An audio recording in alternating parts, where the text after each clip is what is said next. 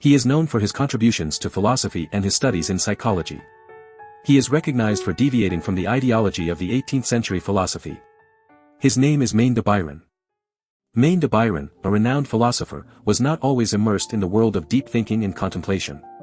Born in Bergerac and later finding himself as part of the Life Guards of King Louis XVI, Biran initially led a life of frivolity. However, the tumultuous events of the French Revolution and his own royalist sympathies led him to withdraw to his ancestral estate of Greatlup, where his journey into philosophy truly began. It was during this time of seclusion that Biran had what he described as a transformative moment. He passed per saltum from frivolity to philosophy, realizing the profound impact that the study of psychology could have on his life. From that point forward, he dedicated himself to the exploration of the human mind and its intricate workings. Despite his philosophical pursuits, Biran did not completely detach himself from the political sphere. He participated in politics, serving in parliament and expressing opposition to the will of Emperor Napoleon.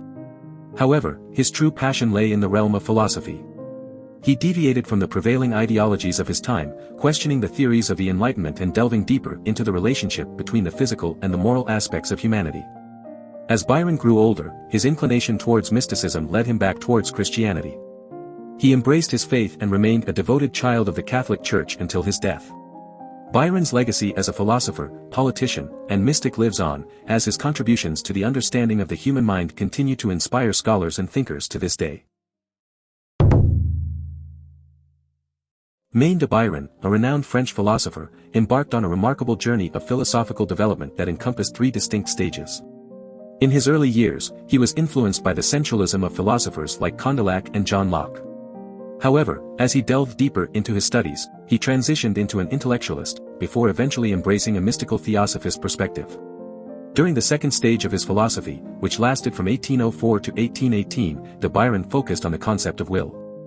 He aimed to avoid materialism and fatalism by advocating for the doctrine of immediate apperception. De Biran believed that humans come to know themselves and the external world through the resistance they encounter in their efforts.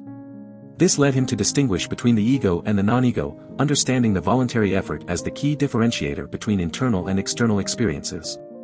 In the third stage of his philosophy, which commenced in 1818, de Biran delved into the realm of religion. Here, he put forth a mystical intuitional psychology, introducing a new state of life known as love or the life of union with God. According to de Biran, this state of divine grace absorbs representation and volition, providing a profound connection with the divine. Throughout his philosophical journey, de Biran grappled with various complex themes. He questioned the formation of habits and realized that passive impressions alone cannot provide a complete explanation.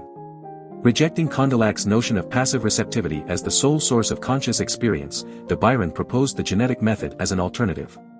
This method showcased the growth and development of human consciousness from its essential basis, intertwined with external conditions. De Biran's philosophical work also delved into the nature of human consciousness, the recognition of the organism, and the understanding of general ideas such as cause, power, and force. His deep metaphysical thinking and emphasis on the psychological aspect of experience have earned him recognition as one of the greatest French metaphysicians since the time of Malebranche.